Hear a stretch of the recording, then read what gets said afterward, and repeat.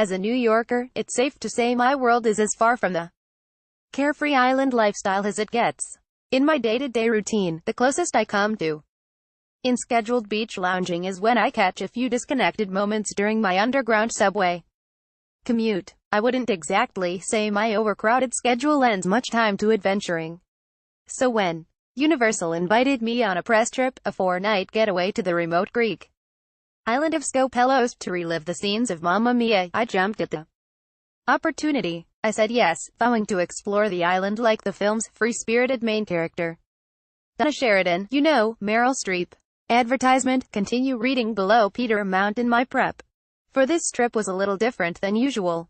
Instead of creating a jam-packed itinerary filled with carefully researched to-dos, I watched both Mamma Mia and Mamma Mia. Here we go again. The breathtaking scenery had me more than ready for my trip, and I took away one important quote from Donna herself: "I don't know what my future holds, but the world is wide and I want to make some memories." I knew that if in order for this trip to be truly carefree, I needed to explore the island without a plan. Day 1, meeting the island after nearly 24 hours of planes, trains, and ferries, I made it to Skopelos, known by the fictitious name of Kalakairi in the film. Like Donna, I benefited from not knowing anyone and used my time alone to explore on my own terms. Lindsay Murray advertisement, continue reading below. I walked the pebbled beaches, ate way too much of the island's famous kefalotyri cheese, and even journeyed through the Aegean Sea via paddleboard, but by the end of the day, I still was feeling a bit more lonely than carefree. After all, what made Donna's life in Kalakairi so special was the people she surrounded herself with. To get to that point, I was going to need to make some friends.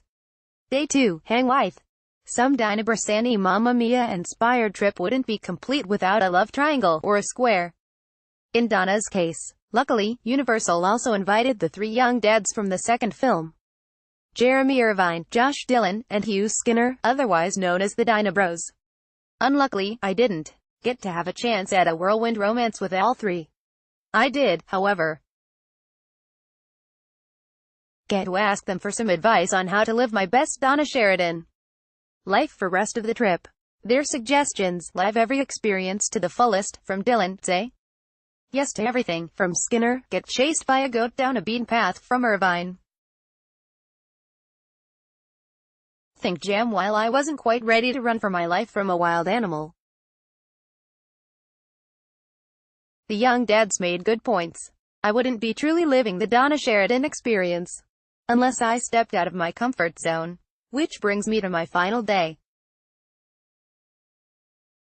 Day 3, embracing my inner dancing queen. The one thing that was missing from my Donna Sheraton experience was a dance sequence. Enter Lucy Bardrick, the assistant choreographer for Mamma Mia. Here we go again. My fellow journalists and I headed over to Castani Beach, aka the same beach where Meryl Streep performed Dancing Queen in the first film, where we were greeted with the ABBA hit playing on repeat. Nervous doesn't begin to describe how I was feeling. If a week before you would have told me that I'd be busting it out like my life was a musical, I would have laughed in your face and then hid in the corner. But I asked myself, what would Donna do? And then I grabbed a spot in the front row. Was I the best dancer of the group? Absolutely not. But I did have fun doing something I never would have voluntarily done a week earlier, and that's a Donna Sheraton lesson I'll gladly take back to my New York life. Mamma Mia, Here We Go Again is available on digital now and will be available on Blu-ray and DVD on October 23rd.